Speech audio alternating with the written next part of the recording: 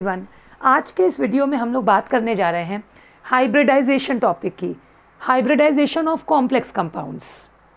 ठीक है, देखिए ऑर्गेनिक केमिस्ट्री में जो हम लोग हाइब्रिडाइजेशन पढ़ते हैं, कोवेलेंट कंपाउंड्स का hybridisation, that is different.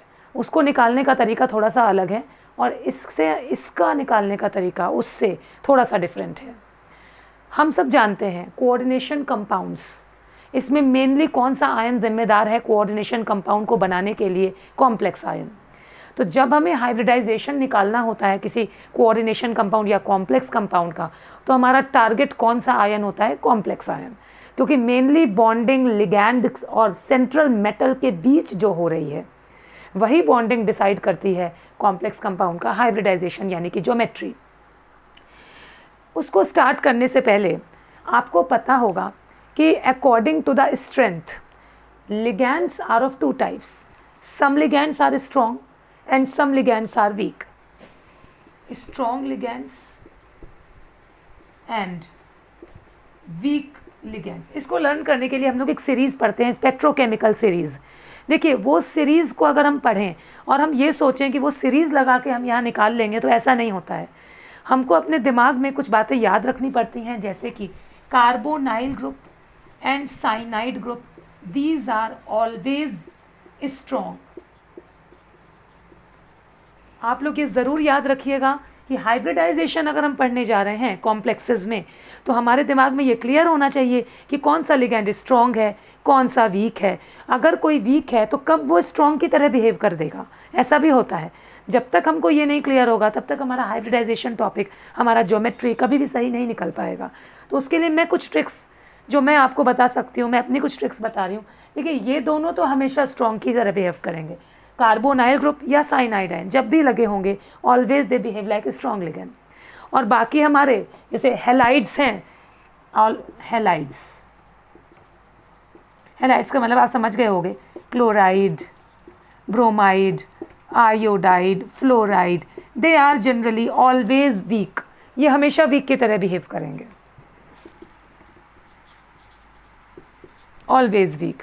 Water आपको ज़्यादातर मोस्टली, देखिए मैं 100% कुछ नहीं कहूँगी क्योंकि एक्सेप्शनल केसेस की कब रिसर्च हो जाए, कब डिस्कवरी हो जाए, हम लोग नहीं कह सकते केमिस्ट्री में। जनरली वाटर भी आपको जो दिखेगा जनरली वो ज़्यादातर आपको वीक दिखेगा। ठीक है, ये दोनों हमेशा स्ट्रॉन्ग मिलेंगे, ये वाले वीक ही मिलेंगे हमेशा, ये ज़्यादातर वीक मिलेगा। हाँ कुछ लिगैंड्स हैं जैसे अमोनिया, अमोनिया के क्या होगा वो मैं बताऊँगी। Sometimes it will behave like strong, sometimes मतलब most of the times strong while sometimes weak. ये चेंज हो जाता है, इसका बिहेवियर चेंज होता रहता है, तो इसके बारे में थोड़ा सा ध्यान रखिएगा। ऑक्सलेट वो भी स्ट्रॉन्ग की तरह बिहेव करेगा ज़्यादातर। चलिए अब हम लोगों ने ये बात समझ ली, अब हम लोग हाइब्रिडाइजेशन निकालने का तरीका देखते हैं और बहुत ही अच्छा तरीके से उसको सीखते हैं कि कैसे निकाला जाता है, ताकि आप उसमें फुल मार्क्स गेन कर सकें।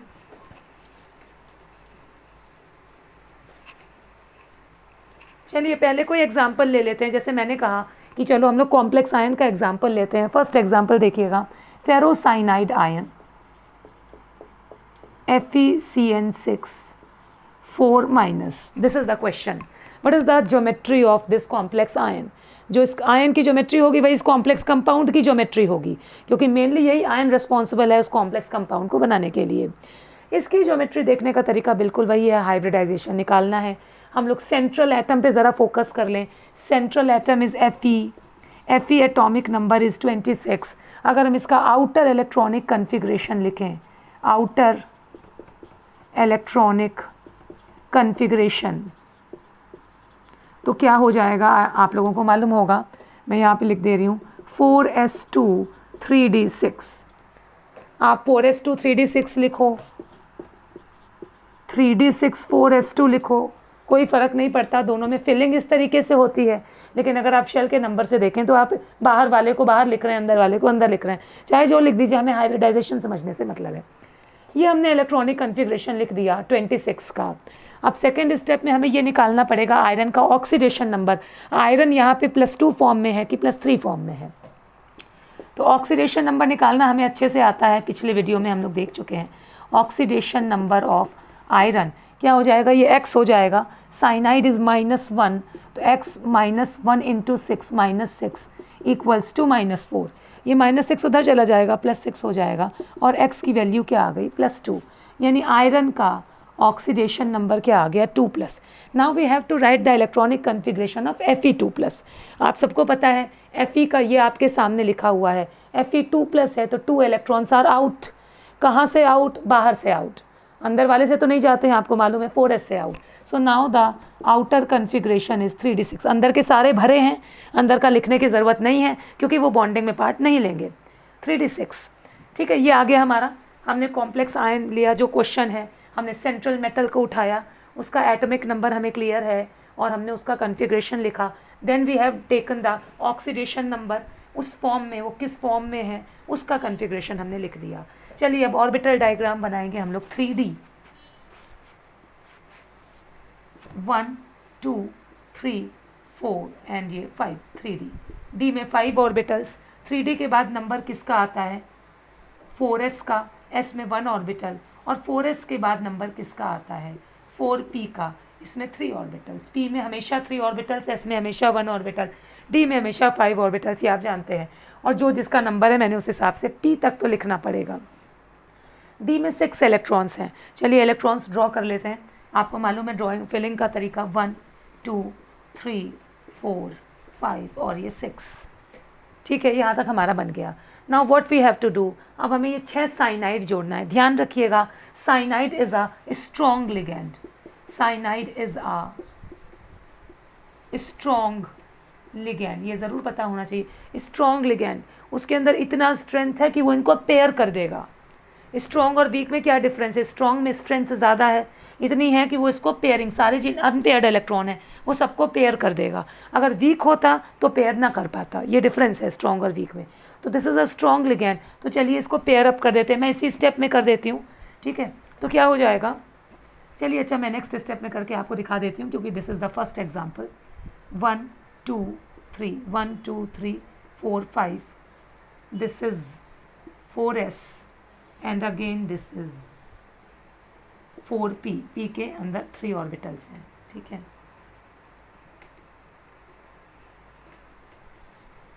Okay, alright. नाउ अब क्या होगा, 1 electron will come in pair up here, second electron will come in pair up here, तो ये बन जाएगा, वो वाला इधर आ गया, ये वाला इधर आ गया, ये दोनों वैकेंट हो गए after pairing. Is it clear, pairing हो गया, आपको वीडियो दिख रहा होगा, हाँ ये पेयरिंग हो गया। और अब क्या हो गया, हमारा एम्प्टी ऑर्बिटल्स आ गए। हमें पता है साइनाइड आयन कौन सा बॉन्ड बना रहा है, कोऑर्डिनेट बॉन्ड बना रहा है, तो साइनाइड आयन कहाँ पे अटैक करेगा, जो एम्प्टी ऑर्बिटल होंगे। तो यहाँ पर एक साइनाइड आयन, यहाँ दूसरा साइनाइड आयन, यहाँ तीसरा साइनाइड आयन, ये 4th, ये 5th और ये 6th। अगर मैं ईजी लैंग्वेज में बताऊँ तो यहाँ एक साइनाइड आयन आया, यहाँ आया, यहाँ पे आया, इधर आया, इधर आया और लास्ट में इधर, 6 हमें साइनाइड आयन, आपने 6 साइनाइड आयन लगा दिए और ये आपका कॉम्बिनेशन बन गया। मैं नीचे वाला रफ कर रही हूँ।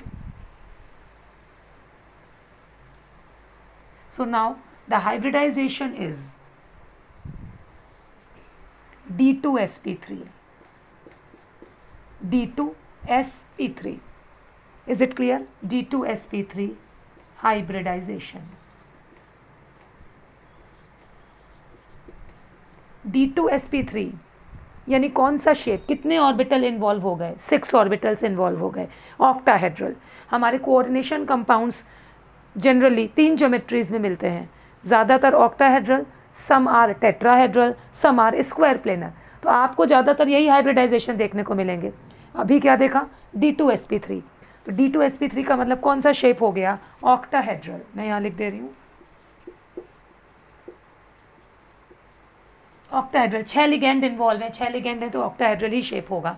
D2, D अंदर का इन्वॉल्व है, S और P बाहर वाले हैं, 4 वाले, D अंदर वाला है, 3D, D अंदर वाला है, तो ये क्या हो गया, inner orbital, inner orbital complex. तो first thing we have to mention the geometry, octahedral structure, octahedral shape, उसके बाद दिस इज इनर ऑर्बिटल क्योंकि डी अंदर वाला इन्वॉल्व हो रहा है, एस और पी के अंदर वाला। उसके बाद दिस इज डाया या पैरा, ये आप समझते होंगे, all the electrons are paired, therefore this is diamagnetic या स्पिन पेयर्ड। इसको हम लिख सकते हैं diamagnetic. Is it clear? ये समझ में आ गया होगा।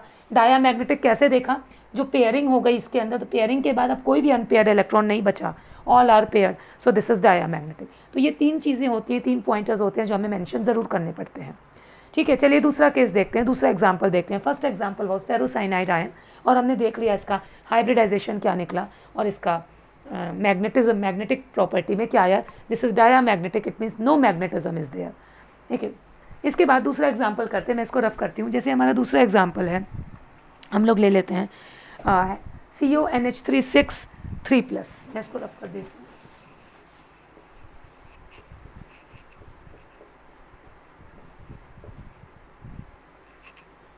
Suppose this is the example and we have to calculate the hybridization of this। ठीक है, रफ कर देते हैं फिर से सारा कुछ।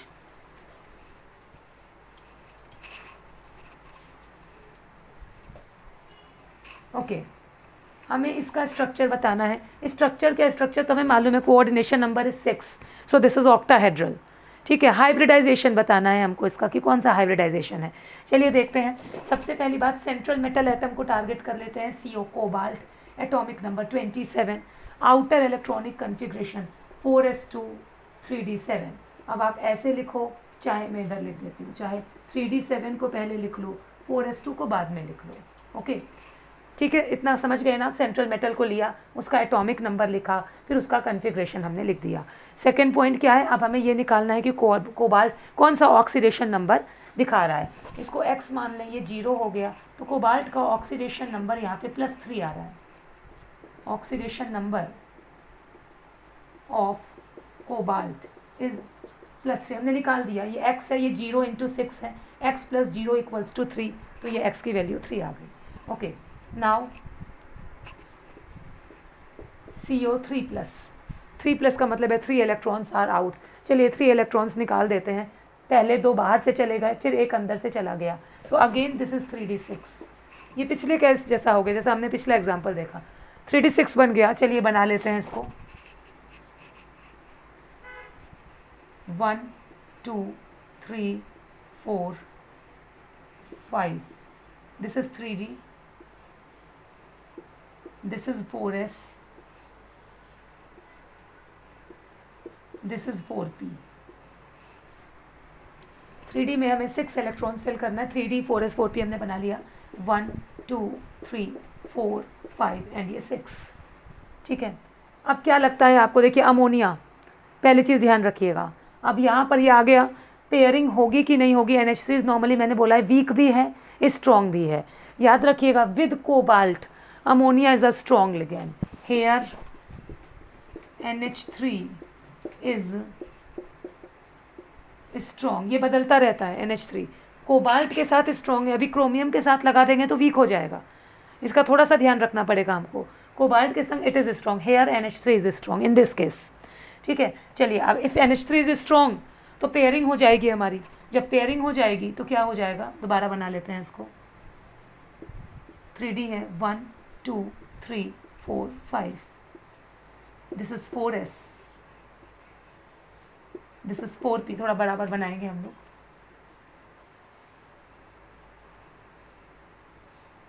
ओके, हाँ, अब देखिएगा यहाँ तो पहले से तो ये वाला इलेक्ट्रॉन इधर पेयर अप हो गया, ये इधर हो गया, ये वाला इधर पेयर अप हो गया। Again these 2 orbitals are vacant, ये दोनों फिर से खाली हो गए। हमको कितना NH3 जोड़ना है, 6 NH3 जोड़ना है। तो 6 NH3 वो ब्लैंक पूरे वैकेंट ऑर्बिटल में, क्योंकि लोन पेयर शेयर हो रहा है, कोऑर्डिनेट बॉन्ड बन रहा है, इसलिए एक NH3 यहाँ, दूसरा यहाँ, तीसरा यहाँ, 4th यहाँ, 5th यहाँ और 6th यहाँ, 6 NH3 एडजस्ट हो गए आपके। तो the hybridization is again D2sp3। Is it clear? इसको मैंने ऐसे समझाने के लिए बनाया, दिखाने के लिए हम लोग यहाँ पर एक NH3, 2nd, 3rd, 4th, 5th और ये 6th। तो हमारा ये कौन सा हाइब्रिडाइजेशन हो गया, D2sp3 हाइब्रिडाइजेशन। ऑलराइट, और ligands are 6, so the shape is octahedral. And inner है कि आउटर है, आप समझ गए। अंदर वाला फिर से वही चीज़ है, अंदर वाला D है, तो दिस इज़ इनर ऑर्बिटल। और अगर मैं बोलूँ ये डायामैग्नेटिक है कि पैरामैग्नेटिक है, तो आप कहेंगे इसके तो सारे इलेक्ट्रॉन पेयर अप हो गए, no unpaired electron, therefore this is diamagnetic, मतलब नो मैग्नेटिज्म इज हियर, इसमें कोई भी मैग्नेटिज्म नहीं है। तो आप ये दो एग्जाम्पल आपने देखे और चांस की बात है कि दोनों में D2sp3 आया, तो आप ये समझ गए। चलिए तीसरा एग्जाम्पल देखते हैं, मैं रफ करती हूँ। तीसरा एग्जाम्पल मैं आपको बताती हूँ, कोशिश करते हैं आप कोई दूसरा एग्जाम्पल लें जिसमें हमारा थोड़ा डिफरेंट टाइप का है। जैसे चलिए FeH2O6 2+ ले लेते हैं। Number third FeH2O6 2+। ओके, ये हमारा नेक्स्ट एग्जाम्पल है।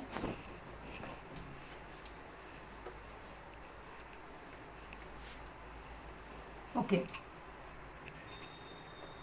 चलिए बात करते हैं इसमें। आपको क्वेश्चन दिख रहा होगा ना, FeH2O6 2+ लिखा हुआ है, ये 6 लिखा हुआ है। ओके, फिर से वही बात करेंगे सेंट्रल एटम की। यहाँ सेंट्रल एटम कौन है? Fe, एटॉमिक नंबर इज 26, इसका कन्फिग्रेशन 4s2 3d6 है ना। और फिर मैं और करके वही लिखने जा रही हूँ 3d6 4s2। मैं ऐसा इसलिए लिख रही हूँ ताकि आपको समझने में आसानी हो, बाकी आपकी जैसी मर्जी जैसे भी आप लिखें। आप क्या करना है, अब हमको आयरन का ऑक्सीडेशन नंबर निकालना है। Fe को x मान लें, H2O 0 है, तो x + 0 = 2+, यानी x की वैल्यू क्या आ गई? 2+। ये मेरे पिछले वीडियो में है जो मैंने आपको अच्छे से उसमें एक्सप्लेन किया है। तो ऑक्सीडेशन नंबर क्या आ गया? 2+।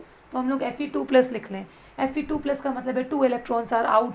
आपको पता है कहाँ से आउट करना है? आउटर मोस्ट शेल से आउट करना है। से 4s से चला गया, यानी इसका कन्फिग्रेशन क्या बन गया? 3d6। चलिए बना लेते हैं इसको। ये हमने बनाया, this is 1 2 3 4 and this is 5, 3d 4s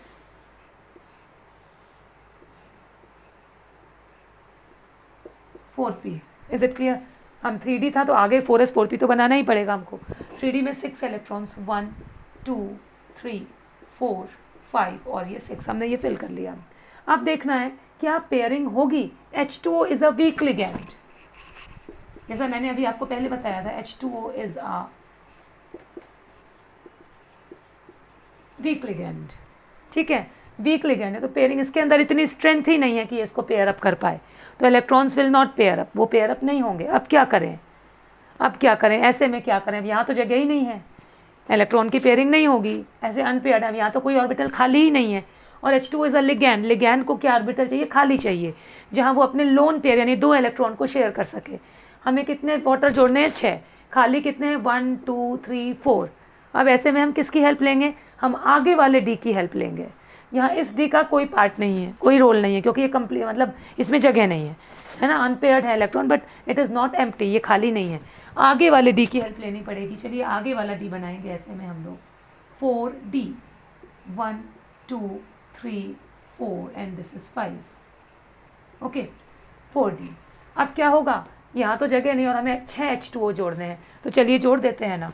क्या हो जाएगा? 1 2 3 4 5 6 जुड़ जाएगा ना। चलिए इसको नेक्स्ट स्टेप में देख लेते हैं। यहाँ पर अगर हम इसी S की बात करें जिसकी ज़रूरत नहीं है वो ना बनाए, 4s 4p और ये 4d, p में 3 ऑर्बिटल्स, d में 1 2 3 4 और 5। ओके, अब यहाँ पर क्या होगा? वाटर, एक वाटर यहाँ 1 2 3 4 5 और ये 6, आपके लग गए ना 6 वाटर। तो हम इसको कैसे दिखाएंगे? 1 एक लोन पेयर, यहाँ दूसरा लोन पेयर, यहाँ तीसरा लोन पेयर, यहाँ 4th लोन पेयर, यहाँ 5th और यहाँ पे 6। हर एक वाटर ने अपना अपना लोन पेयर शेयर कर लिया, तो ऐसे दिखाया जाता है, ठीक है। तो यानी कि अब हमारा हाइब्रिडाइजेशन क्या हो गया? sp3d2। This hybridization is sp3d2। इसमें बाहर वाला D इन्वॉल्व हो रहा है, अंदर वाला जगह ही नहीं है, तो वो कहाँ जुड़ेगा भला? sp3d2, this is the hybridisation. अब मैं बोलूँ इसका शेप, बोलो 6 लिगेंड है, लिगेंड्स आर 6, तो चाहे D2sp3 है चाहे sp3d2 है, shape is again octahedral, shape वही है हमारा ऑक्टाहेड्रल। तो ऑक्टाहेड्रल कब होता है? ऑक्टाहेड्रल का शेप आप समझते हैं ना, ये होता है ऑक्टाहेड्रल।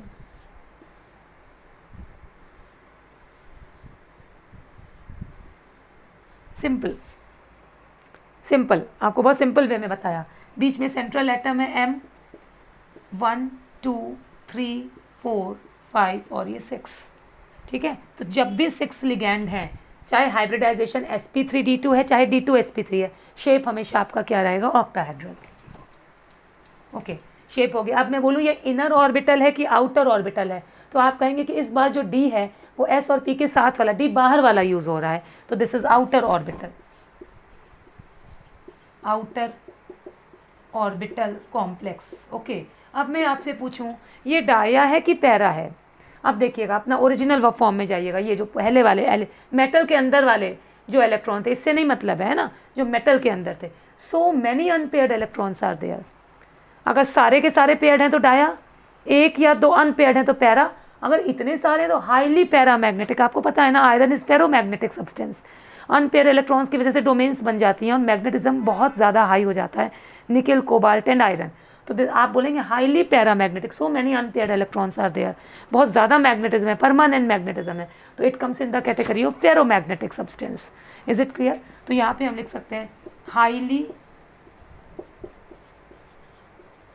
Paramagnetic means ferromagnetic. आप समझ गए होंगे, ठीक है। तो ये आप समझ गए कि sp3d2 निकल आया, ठीक। क्लास बच्चों, हम लोगों ने अभी 6 कोऑर्डिनेशन नंबर के एग्जाम्पल देखे जिसमें कि लिगैंड 6 लगे हुए थे, लेकिन कॉम्प्लेक्स कंपाउंड्स ऐसे भी होते हैं जिसमें लिगैंड्स 4 लगे होते हैं। दो तरीके के एग्जिस्ट करते हैं, या तो 6 लिगैंड्स हैं या 4 लिगैंड्स हैं। 6 वाले कुछ केसेस हमने देखे, चलिए कुछ केसेस हम 4 लिगैंड्स वाले देख लेते हैं, ठीक है। इसको रफ कर देते हैं।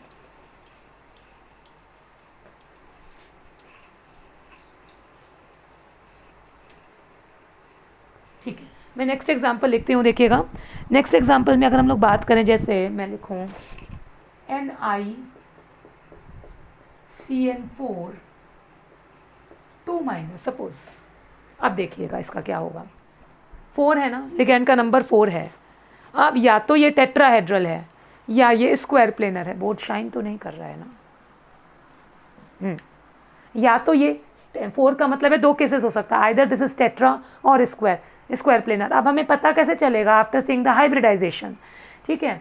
चलिए, तरीका वही रहेगा हमारा। निकल, सेंट्रल एटम इज निकल, एटॉमिक नंबर 28, 4s2, ये 4s2 लिखा, 3d8, this is the configuration. फिर लिख लें और 3d8 4s2। ओके, अब हम चलो निकल का ऑक्सीडेशन नंबर निकालते हैं। निकल इज x, -1 × 4 -4 इक्वल्स टू -2, 4 उधर गया, प्लस हो गया, निकल का ऑक्सीडेशन नंबर आ गया +2, ठीक है। तो निकल के ऊपर हम लोग 2+ लिख लेते हैं। Now what will be the change? अब 2 इलेक्ट्रॉन्स आउट हैं, आपको पता है बाहर से आउट है, तो ये हो गया हमारा 3d8, ठीक है, 3d8। चलिए बना लेते हैं इसको। सबसे पहले हम लोग 3d बनाएंगे, 1 2 3 4 एंड ये 5। आफ्टर दैट 4s और 4s के बाद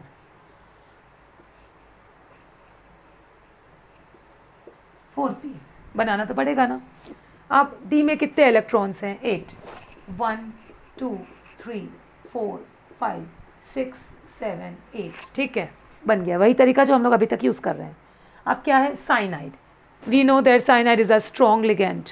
स्ट्रॉन्ग लिगैंड है तो पेयरिंग हो जाएगी, पेयरिंग हो जाएगी तो ये इलेक्ट्रॉन इधर आ जाएगा। चलिए देख लेते हैं बनाकर। Cyanide is a strong ligand, okay. So now this electron will come here, और अब क्या हो जाएगा आपका 1 2 3 4 5, ये 4s हो गया हमारा, ये 4p हो गया, ओके। हाँ, अब क्या हो जाएगा? ये वाले तो ऑलरेडी पेयर्ड थे आपके, ये इलेक्ट्रॉन इधर आ गया। Now this is blank, this is vacant, अब ये खाली हो गया, ठीक है। थोड़ा सा आप शेप बराबर रखिएगा अपना, ठीक है। मुझसे यहाँ बोर्ड पे अगर थोड़ा बड़ा छोटा हो जाए, आप इक्वल शेप रखिएगा। अब क्या होगा? आपको अच्छे से पता है क्या होगा। हमें कितने साइनाइड जोड़ने हैं? 4, और साइनाइड को क्या चाहिए? एम्प्टी ऑर्बिटल चाहिए। तो आई थिंक अब आप जोड़ सकते हैं। एक साइनाइड यहाँ आया, दूसरा यहाँ आया, तीसरा यहाँ आया और चौथा वाला यहाँ आ गया। 4 साइनाइड जुड़ गए आपके। क्या हाइब्रिडाइजेशन हो गया बच्चों? DsP2, DsP2 का मतलब कौन सा शेप हो गया? Square planar. तो इसमें हम हाइब्रिडाइजेशन निकाल के ही शेप बता पाएंगे, नंबर ऑफ लिगैंड देख के शेप नहीं बता पाएंगे। ठीक है, अब मैंने ऐसे समझा दिया, अब हम लोग इसको ऐसे लिख लें 1 2 3 और ये 4, फर्स्ट, सेकेंड, थर्ड और फोर्थ। तो हाइब्रिडाइजेशन क्या हो गया आपका? DsP2। Is it clear? DsP2 hybridization. DsP2 hybridization का मतलब है square planar shape. Square planar shape बनाना जानते हैं ना आप लोग? स्क्वायर बना दीजिए बस, बीच में सेंट्रल एटम, चारों तरफ 4 लिगैंड्स जो भी है आपके ABCD, ये लिगैंड हो गया और ये आपका स्क्वायर प्लेनर शेप बन गया। Okay, square planar. अब मैं आपसे पूछूं ये डाया है कि पैरा है, तो आप मुझे तुरंत बता देंगे कि all the electrons are paired, therefore this is diamagnetic.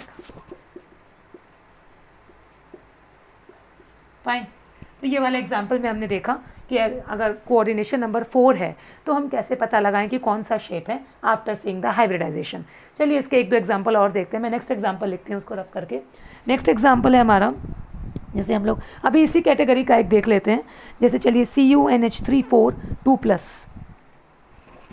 Next is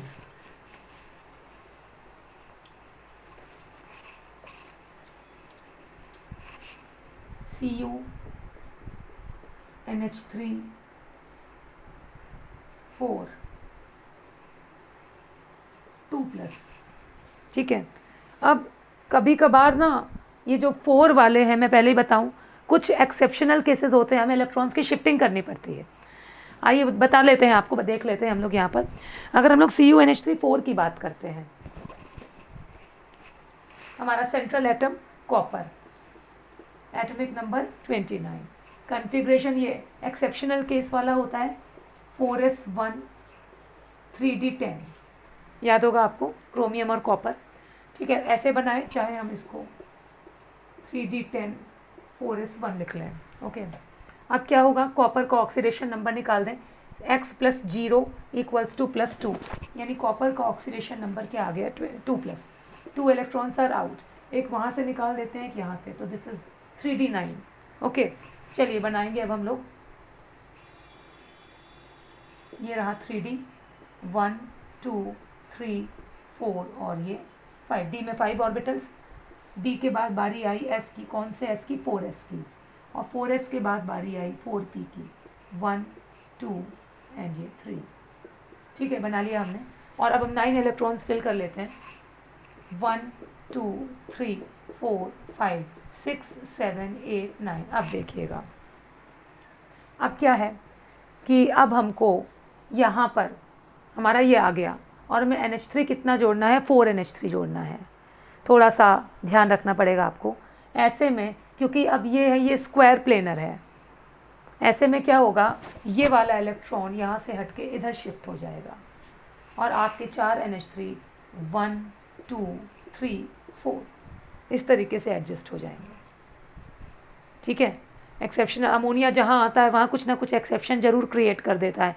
ammonia वहाँ कोबाल्ट में लगा था तो स्ट्रांग हो गया था, अदरवाइज़ अमोनिया अगर उसी जगह आप किसी और एलिमेंट के साथ लगा देते तो वो वीक हो जाता। तो अमोनिया का केस है, और अदर में भी हो जाता है कई बार कि आप यहाँ पर था तो वो इलेक्ट्रॉन उधर चला गया, और ये आपका हाइब्रिडाइजेशन क्या आ गया? DsP2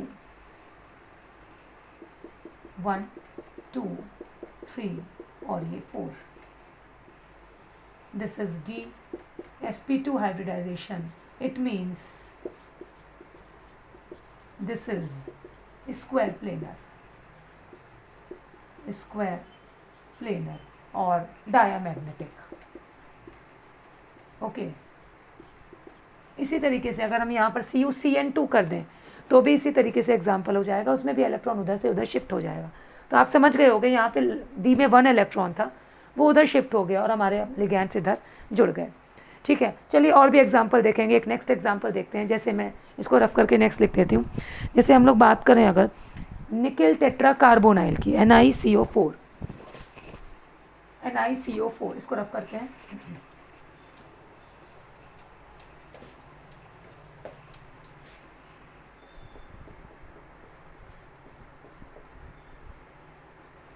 ओके, ठीक है, अब फिर से 4 लिगेंड है, but we don't know this is tetrahedral और स्क्वायर प्लेनर। कैसे पता लगाएंगे? इसका हाइब्रिडाइजेशन देख के पता लगाएंगे। चलिए पता करते हैं। निकिल एटॉमिक नंबर 28, फिर वही हमारा आ जाएगा 3d8 4s2, मैंने डायरेक्ट वही लिख दिया, और 4s2 3d8 कुछ भी। चलो अब इसका निकिल का ऑक्सीडेशन नंबर यहाँ पर क्या आ जाएगा? x+0, तो निकिल का ऑक्सीडेशन नंबर आया 0, यानी निकिल इसी फॉर्म में है। Oxidation number is 0 in carbonyls, oxidation number is always 0। अब हमें यही बनाना पड़ेगा। तो चलिए देखिएगा, फिर थोड़ा सा डिफरेंट केस हो रहा है ये वाला। तो यहाँ पे हमने 3D बना लिया, 1 2 3 1 2 3 4 और ये 5, ठीक है, ओके।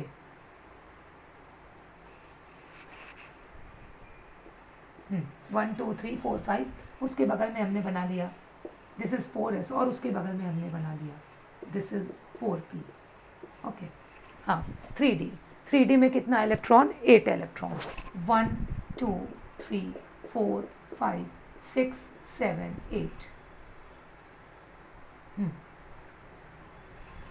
ये भर गया आपका। और 4s में कितना इलेक्ट्रॉन? 2, क्योंकि वो निकला तो है नहीं, निकल का ऑक्सीडेशन नंबर 0 है। अब हम क्या करें ऐसे में? और अगर हम बात करें कि CO is a strong ligand, CO is a strong ligand, strong ligand है तो पेयरिंग जरूर होगी।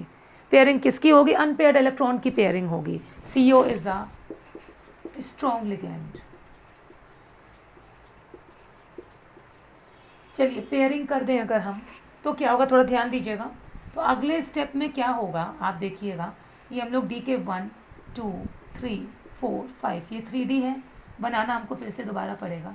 ये 4s है और ये 4p है, ओके। हाँ, तो ये पेयर होके इधर आ गया, तो यानी यहाँ पे क्या हो गया? ऐसे। अब ये जो वैकेंट हो गया उसके पास ये वाला शिफ्ट हो जाएगा, पूरा पेयर है वो यहाँ शिफ्ट हो जाएगा, ध्यान रखिएगा। तो ये वाला pair, this pair will shift this side, this one will shift this side इस एम्प्टी में। तो अब ये 4 खाली हो गए, आपको 4 CO जोड़ना है। तो 1 2 3 4, in that way we will see the hybridization, sp3 hybridization here, ठीक है। तो इसको रफ करके हम लोग यहाँ पे मेंशन कर लें, 1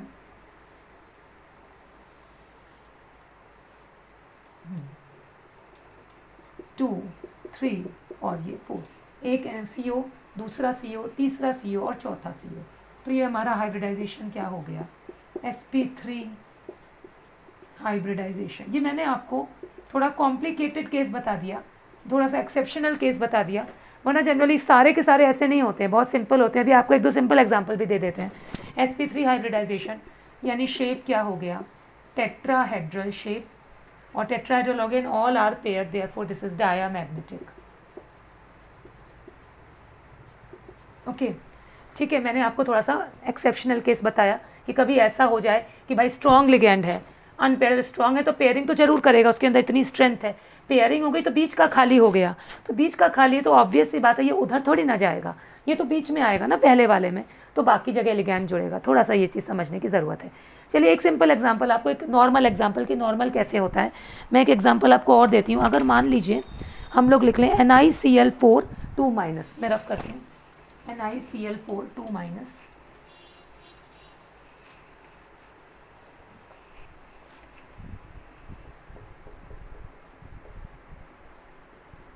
हाँ इसको बहुत नॉर्मली जैसे हम अभी तक कर रहे हैं। निकिल इज़ 28, 4s2 3d8 और 3d8 4s2, जैसी हमारी मर्जी, ओके।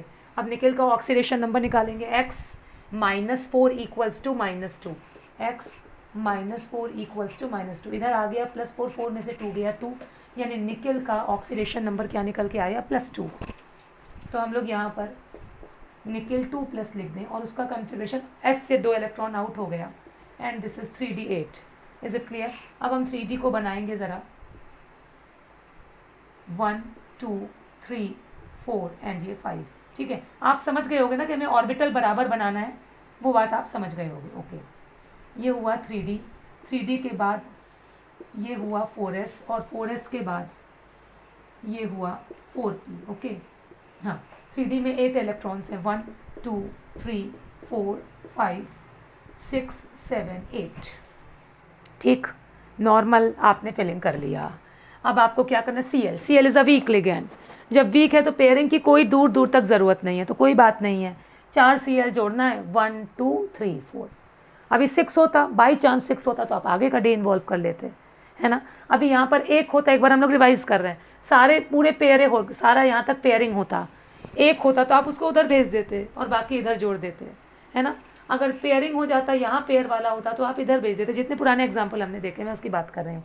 यहाँ पर कुछ नहीं, आपने ये फिल कर लिया, Cl is a weak ligand, Cl is a weak ligand, so no pairing, ऐसे ही रहेगा। 4 Cl जोड़ना है तो 1 2 3 4, तो यहाँ पर हम लोग 1, ये दूसरा, ये तीसरा और ये चौथा।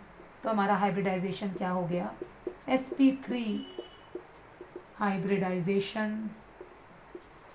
और what is the shape, tetrahedral shape.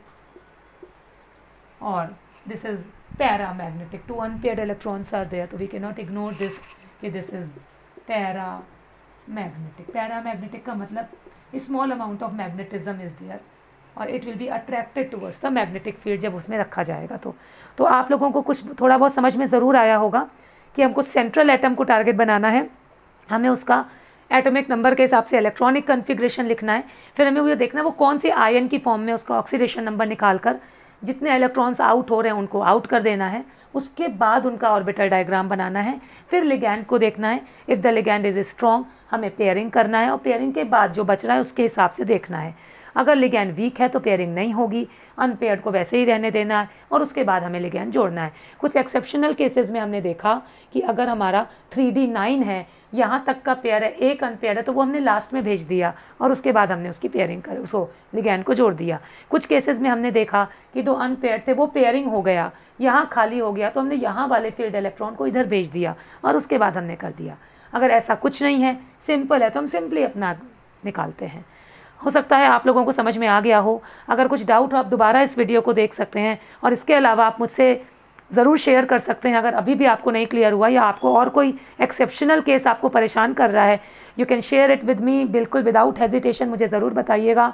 Video को लाइक और सब्सक्राइब ज़रूर करिएगा एज़ यूजुअल। अगर आप नए हैं तो मेरा लिंक नीडी बच्चों तक ज़रूर भेजिएगा और मेरे साथ ज़रूर बने रहिएगा अच्छे टॉपिक्स के लिए in coming videos. Thank you.